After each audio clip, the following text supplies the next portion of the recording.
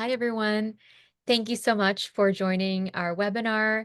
We are very excited to share our experience running two undergraduate experiential learning courses that are part of the Department of Emergency Medicine at Stony Brook University. And at Stony Brook Medicine, we have both the Stony Brook University Hospital as well as the Stony Brook University Undergraduate University campus. Both campuses are adjacent to each other, and it's really been a wonderful opportunity to collaborate. Rob, do you want to start out by telling everyone a little bit about your background and your current role in emergency medicine?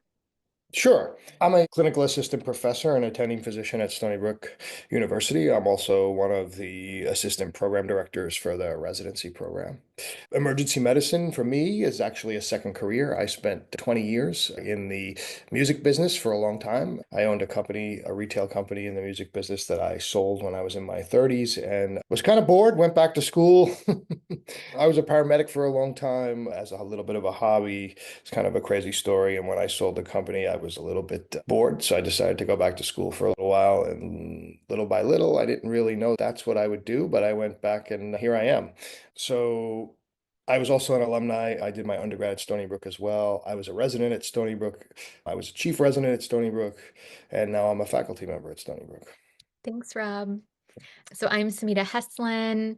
I'm also an attending physician at Stony Brook Emergency Medicine. I'm the chief of quality and informatics division and a deputy CMIO. And I am also a Stony Brooker. I went to med school at Stony Brook and then graduate school and then stayed on as residency and faculty. So I'm very excited to speak with Rob about two different programs that we're running that incorporates the undergraduate campus into the emergency medicine educational workflows that we have here at Stony Brook Medicine. Rob, do you want to start out by giving a brief overview of your program, what it's called, and what Sure. it focuses on? Sure. Back when I was a resident, I started a program called Pathways to Healthcare, which was an undergraduate program designed to help disadvantaged students from various backgrounds, anywhere from people who grow up in difficult socioeconomic backgrounds to first generation students in their families to ever go to college or any type of higher education. So I started this program when I was a resident. What it did was the purpose was to really give them some exposure to some clinical aspects of medicine and not just medical school, but all different areas. So whether that was nursing or dental school or PA school, physical therapy. I think in our class right now, we have somebody who wants to be a medical illustrator.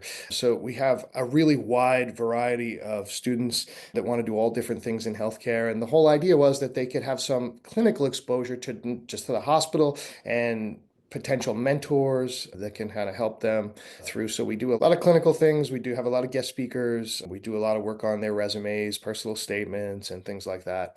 So yeah, that's about it. But it's grown to quite a large size. I mean, I think this semester we're going to have where as of this afternoon, we're just shy of 500 applications for a 35-seat class. So it's grown into quite a popular program.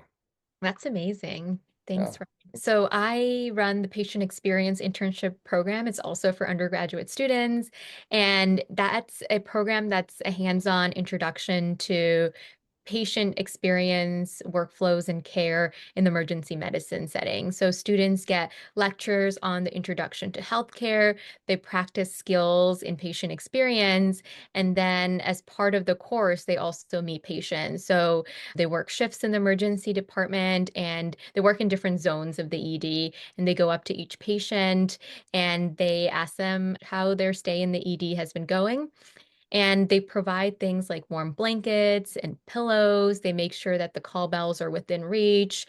And they also ask if the patient wants medical updates, and they interface with the medical team, the physicians, and the nurses to help with medical updates as well.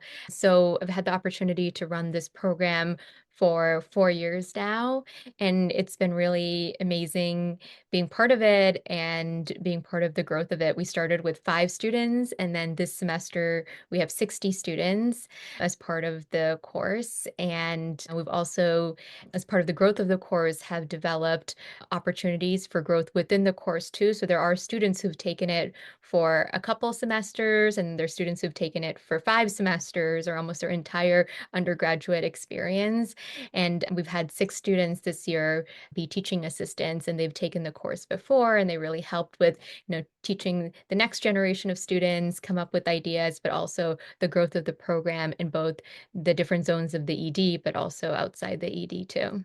Yeah, I've had the pleasure of working with many of them, so it's been interesting to watch from the beginning when you only had a couple years ago into like how big it's become. It's been kind of interesting to watch. It's great.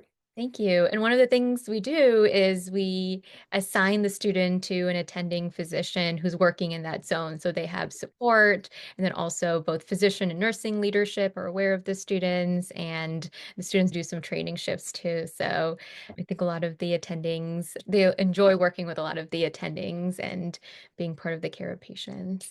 Yeah, it's always hard as an undergrad to get access to an attending physician to be able to pick their brains or even the residents to try to get to them like and ask them questions. So it's a really great opportunity for them to be able to be part of our team. And I think actually some of our students have done both our programs, or they've done one and then done the other program. So, and I think that's really nice and interesting. Yeah. Yeah, we've definitely had some overlap. There's been a bunch of them that have done both. Yep, absolutely. And we started these, I guess, around the same time when we were residents, I think, is when we started these. So they've been around for a while now. And have you felt, as you're growing your program, did you always have 35 students? Did you feel you had to grow and expand or change the size of your class? So we always toy every year with the idea of expanding it a little bit. I mean, we would love to be able to reach all of these students, and sort of we sort of do.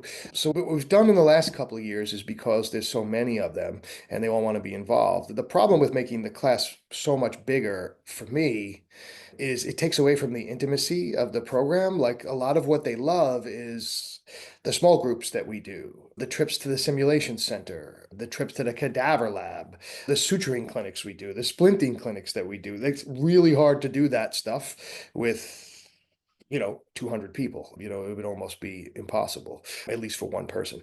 Now, what we have done is like a lot of the panels that we do, a lot of Q&A panels that we just did. For instance, Stony Brook wrote a big article that can be looked up online about women in medicine that we did, where I do that every year because I think it's great for men, women, everybody to see the perspective from a female as to what they've gone through and their accomplishments and stuff. So we do this women in medicine, women in healthcare panel every year. So the panels are a different story. So we basically had everybody, maybe about 15 healthcare professionals on that panel this year. And that's pretty much what we do every year. And anywhere from neurosurgeons to PAs to nurses to dental residents. So a really wide spectrum. Social workers we had on there. So we had females from all different walks of life in healthcare. And what we've been doing with these panels is we've been opening those up to everyone who applied to the program. So we rent a big lecture hall, we promote it pretty well, and we let everybody who didn't get into the class come to these panels, these Q&A panels, and participate. So because that's something we can open up to everybody. I could have several hundred people in a lecture hall and they ask questions and we have microphones and stuff. So that's been pretty good. So that's one way we've been trying to get to more of them. Every year I think this year I may bump it to 50 and see if I can handle 50, at once, but we'll see. Like I said, it's hard to bring 50 students into a cadaver lab to watch. You have to do it in separate trips and then it becomes a problem. Another aspect of the class is shadowing. So they do get fully credentialed to shadow in the hospital. So that's another challenge to set up. It's one thing to do it for 30, 40 people, but when you start to get to, 50, 60, 70, it gets to be a lot of work. So, but we'll see. I love that you open it up to everyone who applied those Yeah, panels. And I know some of our residents participated in those they panels do. as well. So Yeah, the residents participate in just about everything with this program. They participate in anywhere from the Q&A panels to putting it together. They participate in the small groups. They come to the sim sessions. They're always asking me, as a matter of fact, when we do recruitment for the residency program, our PD gives a little presentation that I'm sure you're familiar with. And he puts the whole Pathways to Healthcare program in there. And so many of them, when they apply to come to Stony Brook, they already know about this program because it's on the website and stuff. And they always ask me, "Oh, you're the guy who started the Pathways to Healthcare program. Are we allowed to teach in that if we come there?" Like they love the opportunity. It gives our residents an opportunity to teach undergrads. And not only do they teach them, but they kind of link up really well as like I mean, I've had so many find mentors that some of these students that are now finishing medical school or in their last years are still in contact with the doctors and nurses that they met through that class. So that's been good. That's so amazing. And it's so wonderful to inspire individuals, undergraduate students to think about healthcare, be part of that, to be part of your simulation center as exercises and those Yeah. panels. It's Hmm. amazing. Yeah, it's been really good. What encouraged you to start the program? Was there a specific need or an experience that really inspired it? Yeah, absolutely. So, like I said, I'm a Stony Brook alumni as an undergrad, not just from the medical part of things, but when I was an undergrad, I went to Stony Brook. And when I was there, I noticed, the thing I always thought was kind of strange was here's this giant university, and right across the street is this huge medical center, and there's like no connection. Like, so at least that I couldn't find it. It's very like frustrating for an undergrad to say, like, how come I can't get a little bit of access to the doctors over there? Or like, how do I get to shadow? So, as an undergrad, you email all of these professors and doctors, and nobody answers you. Like everybody's busy and you're trying to get some shadowing experience. And I would go to the pre-health office and say, like, how do I get into, oh, well, you could apply for this or that, or you could try emailing some of the doctors and see if somebody will let you shadow them or give you. So you had like no you're over here just doing your clinical work, but you have no idea. And then you would go to like the pre-health advising office, which is fantastic at Stony Brook, and they would be really great at showing you like the statistics to get into medical school, how to get into medical school or nursing school or any of these. I'm just using medical school as an example, and the courses you need to take and all these kinds of things. But I always thought it would be great if, again, we have this huge medical center. Like not all undergrad universities have this, you know what I mean? Some do, but not all. Like not every university or college has a giant medical center attached to it. So wouldn't it be great if, like, as an undergrad, you could potentially get some experience or some advice from the people doing exactly what you want to do in life? And I can't tell you how many kids in the beginning of the class the semester, I like to always just for my own curiosity, I like to say, how many of you know exactly what you want to do? And like the whole class puts their hands up. They're all sure, right? So, and at the end of this class, it's incredible. I say at the end, so how many of you came in here and knew exactly what you wanted to do? And they all put their hands up. And I say, how many of you have had your minds changed based on what you've seen over the course of this year? And like 50, 60% of them put their hands up.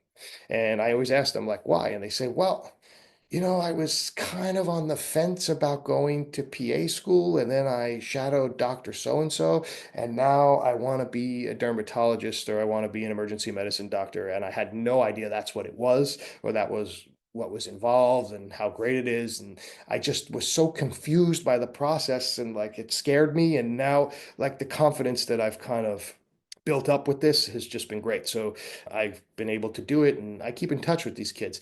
I've had it go the other way too. I've had plenty of them turn around and say, I always wanted to be a surgeon. And then just going through this and shadowing some of the surgeons and saying, like, wow, thank God I took this class and saw this because this is not something I want to do. They just look at it and they go, this is not what I want to do. But throughout the class, I met this nurse practitioner that you had come and talk to us, and she kind of took me under her wing, or he took me under their wing, and I shadowed them, and this is the perfect field for me. I had no idea I would ever like this. I didn't even know what it was. So they're always discovering like different ways. So that's always kind of exciting when I see that, I potentially either help someone find something that they're passionate about or potentially save them from years and years of a mistake that may not have been for them. Because, we all know, like, at a young age, especially as an undergrad, like you think you know what you want to do, but you don't always really know what you're getting yourself into. Not always. Sometimes they do, but not always. So that was kind of the purpose of doing it.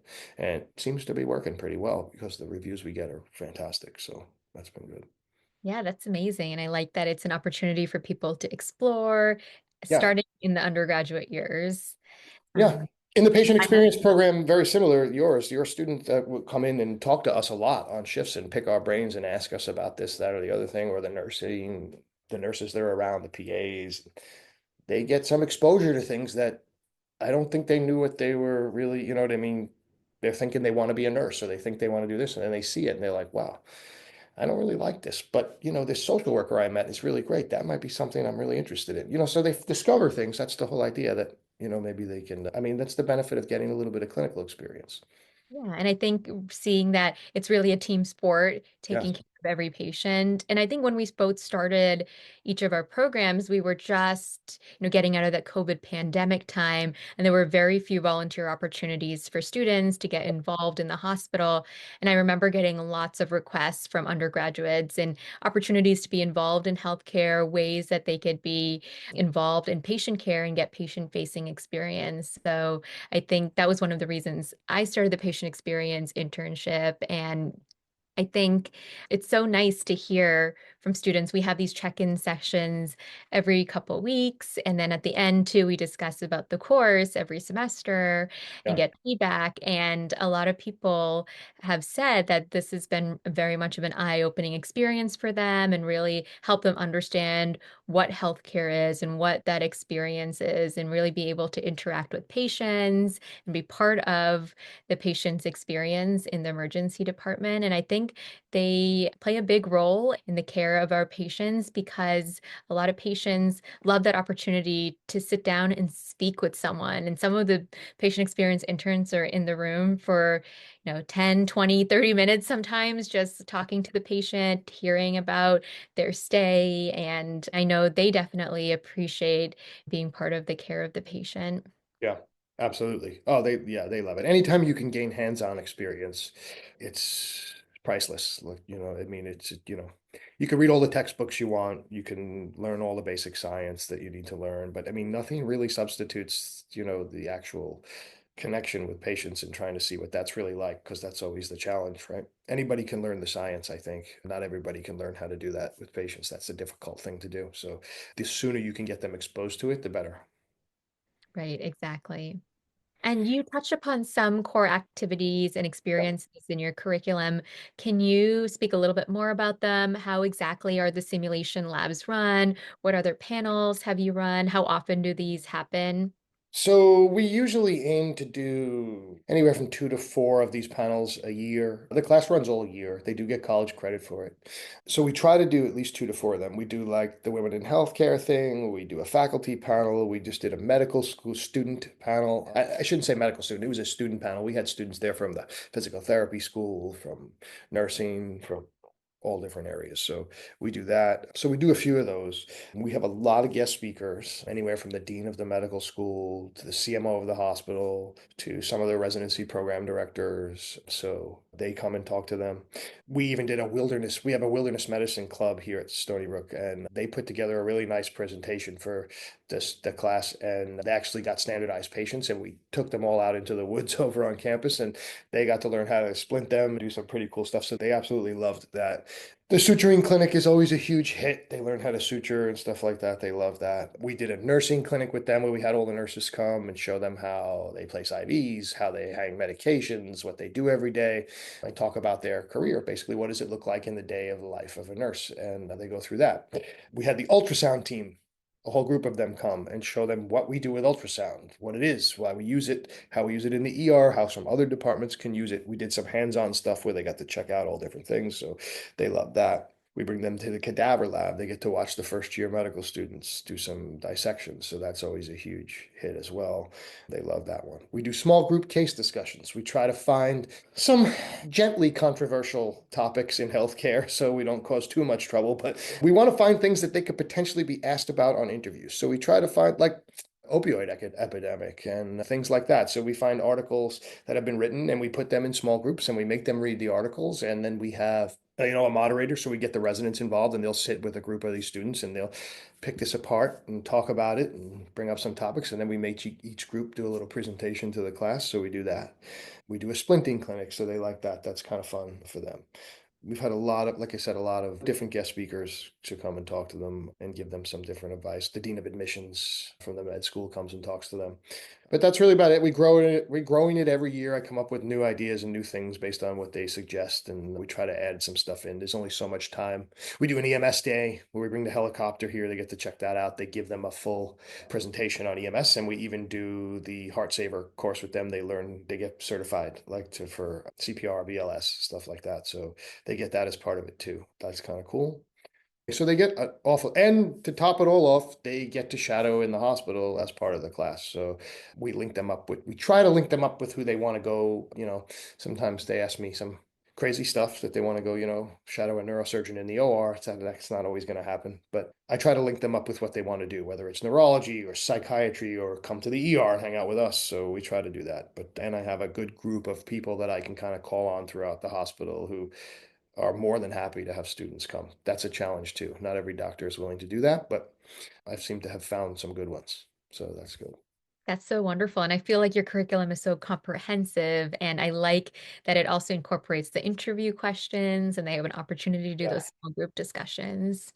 Yeah, we're doing a little mock interview session this year where they wrote a personal statement, and we have a bunch of some pretty experienced people throughout the hospital, whether it's PDs or some of the people on the med school admissions committee with me that do this all the time, that are going to come and do some mock interview like practice with them. And we even have like one of them sit in front of the room who's kind of brave and will agree to do a mock interview in front of everybody. And the idea is we want them to kind of screw it up. Like, you know what I mean? We want the interviewer to point stuff out in their like applications and things like that could potentially be topics of discussion. So the rest of the class and everybody could see like this is what happens in an interview. So it kind of better prepares them to think about what they're writing and how they're going to answer questions and what they're going to say. So they love that. That's a good one. Oh, that's perfect. I wish I had that opportunity when I was Yeah. an So do undergrad. I. Yep. So do I.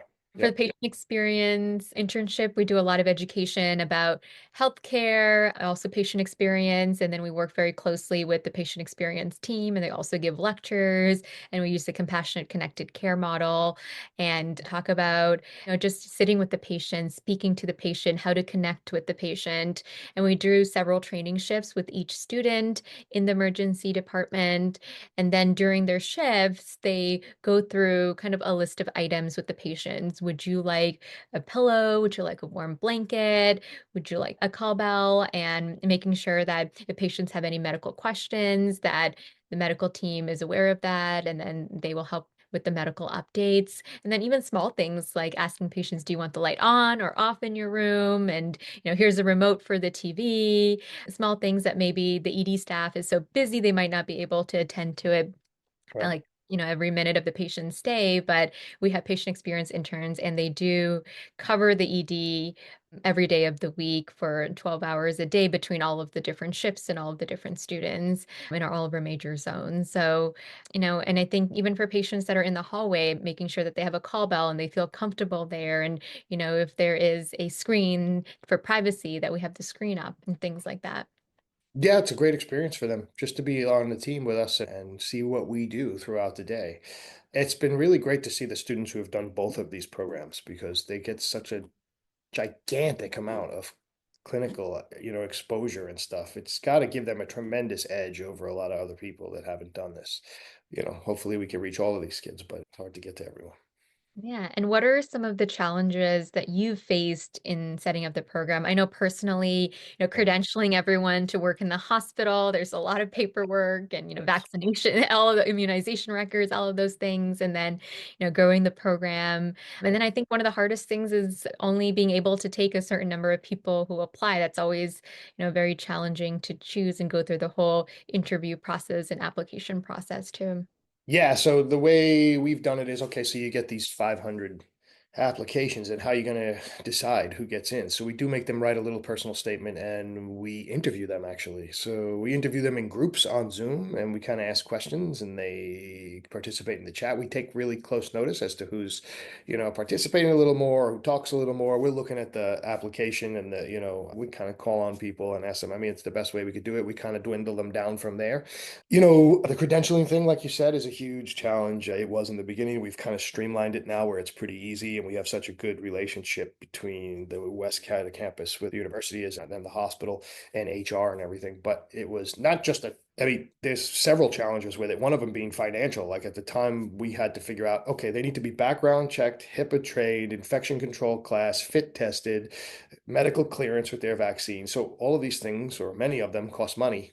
Where are we getting the money for the background check? Where are we getting the money for all these things? So we actually worked on getting it donated. We also got a presidential mini grant at one point that's helped us. So we use a lot of donated money for it, that's for sure. And we've streamlined that so it's pretty easy. Again, the biggest challenge, I think, though, is trying to figure out a way to reach more of the students and get them more involved in this. I would love to be able to do this for everybody who wants to be involved. So that's a challenge for sure. And, how do you decide between one kid and another? It's hard. It's very hard. Yeah, Another way we've thought of maybe dwindling it down and just trying to maybe take first years in college and putting them through it because, this 4 or 500 is across, sophomores, juniors, seniors. So maybe we try to make it just, in the beginning or maybe as a sophomore. I don't know. That's something we'll have to look into a little bit more to see how that's going to work. yeah, I agree with you. I have some of the same challenges as well. And what do you think are some of the program's biggest successes and most meaningful moments? The biggest successes and meaningful times are always when I hear from a student that tells me, I just got an email a couple of months ago from a student who wanted to this kid originally wanted to go to med school, came into the program, decided med school wasn't for him. Instead, he wanted to be a PA. One of our PAs, Jane, kind of took him under her wing a little bit, helped him through the whole process. He shadowed her. I mean, he called me and sent me an email just a couple of months ago to tell me, hey, I just graduated from PA school and I got a job in New York City working at this, big hospital. It was fantastic. I got another one just a couple of weeks ago that say, hey, Dr. Nocito, I hope you're doing well. I hope the class is good. I just want to let you know I got into Cornell. So that's, those are always fantastic stories when I hear them. When I hear about a kid who just like has had a really hard life, like, you know what I mean, has nobody to turn to for this kind of stuff, had no idea. Some of them tell me, like in the surveys at the end that we do, they'll write messages to me in there and they'll say, I had no confidence when I came into this. I didn't really know what to do. Everybody in this kind of world is always out to, get a better grade than the next person. And I always feel inadequate. They said, like, your program made me have so much confidence that I wasn't in this alone. And like everybody's in the same boat and everybody, that's a fantastic thing. I love hearing that. That's awesome. And, we have these check-in sessions in the patient experience internship, and, students talk about their experiences with the patients, like being there with the Yeah. patient during their hardest day and that during that experience in the emergency department and being able to provide some comfort. And we do see some of that reflected on some of our Press Ganey surveys as well. And like you, I totally echo that. It's so amazing to see one of your students go into the health professional school of their choice. And we've had students going to med school, PA Yeah. school, go to MPH programs. So it's really wonderful to see the students grow and achieve their goals. Yeah, it's definitely when they finally go through this or you changed their mind or they decided they want to do something different based on or the class just reinforced what they've always wanted to do and made it easier for them. I try to take students into this program that really have nobody else to turn to for advice. When I do have to make a decision, if I have a student that, both their mom and dad are cardiothoracic surgeons. Like they really don't need my help as much as the kid who just, is the first person in his family going to school. He grew up poor, doesn't know what to do, like, has no way to turn. What do I do? How do I even start this journey of, wanting to be a nurse, a doctor, a dentist, a PA, or, whatever it is, a physical therapist. Like, and I don't claim to know all the answers to all that stuff, but what I do know how to do is connect them to the right people. So I'm pretty good at getting them set up with the right mentors and the right, pointing them in the right direction, which I always thought was a bit of a challenge when I was an undergrad. Like, just where do I go? Who do I talk to? And that was the whole purpose of starting it. But it's great to hear when they've succeeded and they got into where they wanted to go, especially when you saw them as an undergrad when they were so like vulnerable and kind of like scared of the whole thing. So it makes you feel good when you see that. Yeah, absolutely. And if Yeah. someone wanted to create a similar program in their own institution, what advice would you give them?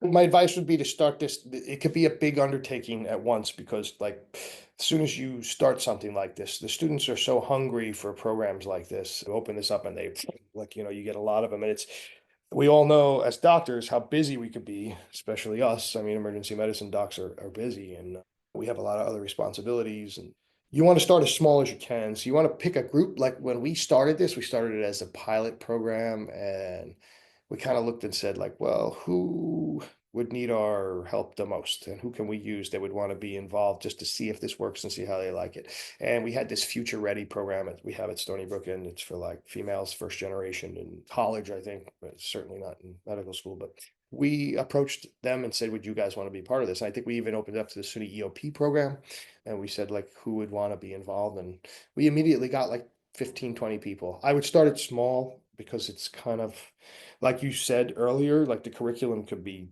whatever you really want it to be, and it grows and changes every year. And we're always trying to like kind of refine it and tighten it up.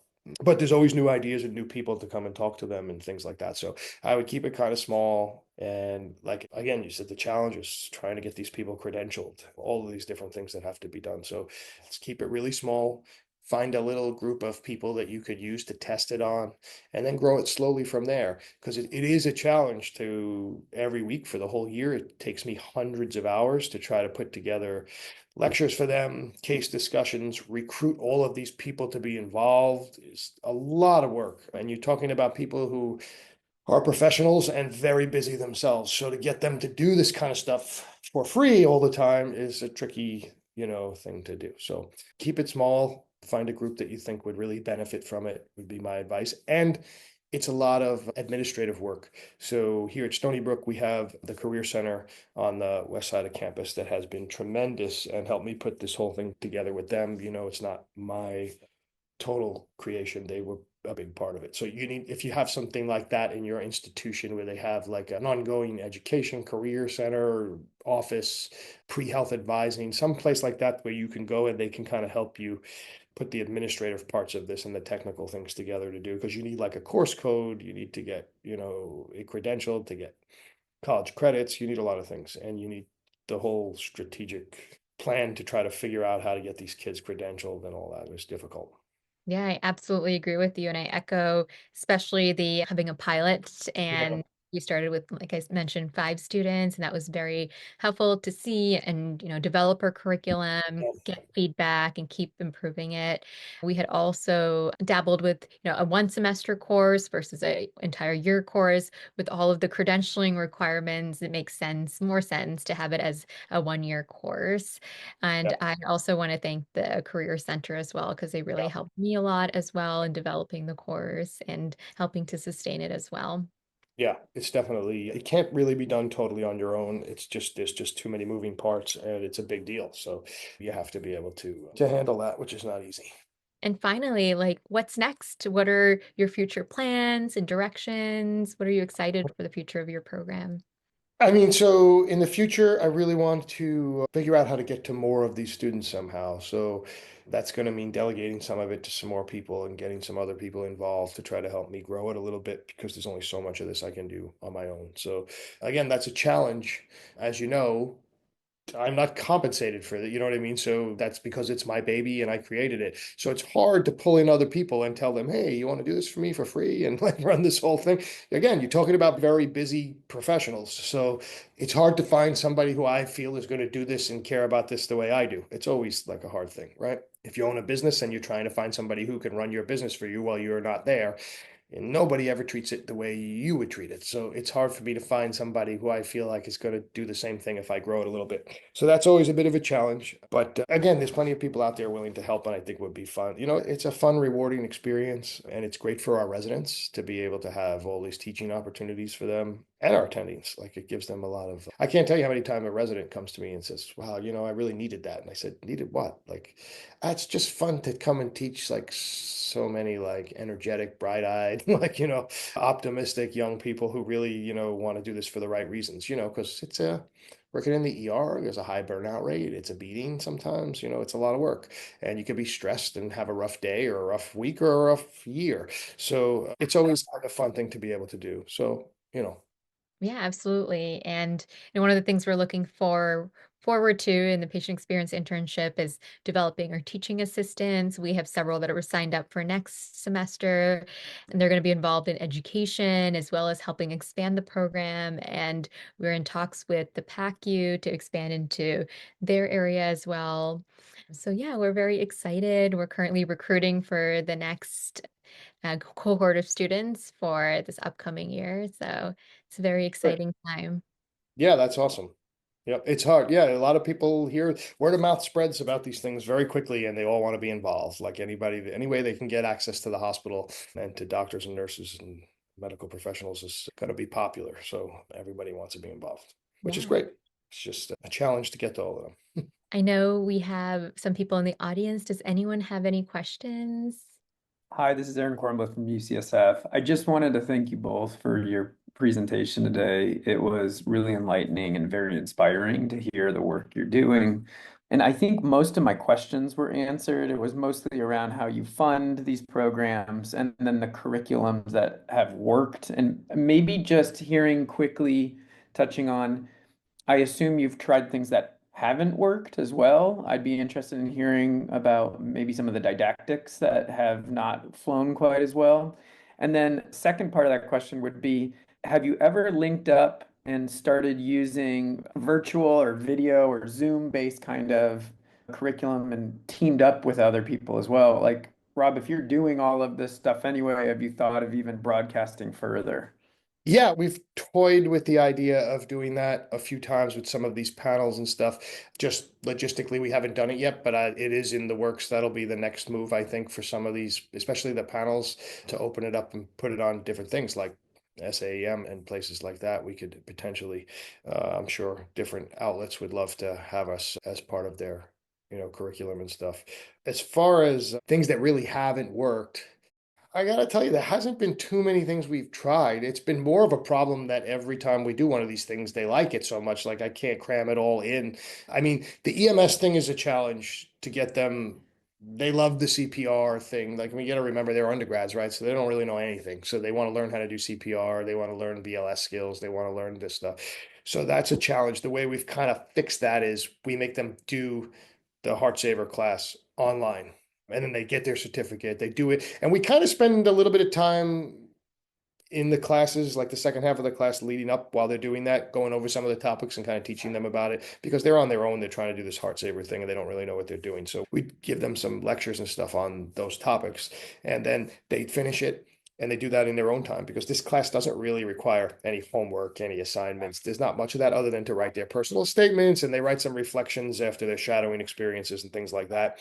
So we don't give them much homework. So we give them this heart saver class. They do it. They come with their certificate, and then we have EMS come, and the medics will just do the skills with them and give them a little presentation. So that has fixed that problem because otherwise it's just too much. It takes up too much time. It's too many classes. It becomes a giant, problem. The other thing that's kind of tricky is the sim center. They love to go to the sim center. It's more of just an exposure as to what we do every day and how we do it and what we use the sim center for. Again, you're not going to have an undergrad running a case. They don't know, you know what I mean? Anything about anything. But they love to kind of watch some simple stuff. And it's hard to get, even at 35, 40 students into that sim center, you got to break it into little groups. And it's a lot because now you're talking one sim room with me, 5 people is a lot in there already. So that's a challenge to do that now for 40 people. It takes a lot of time.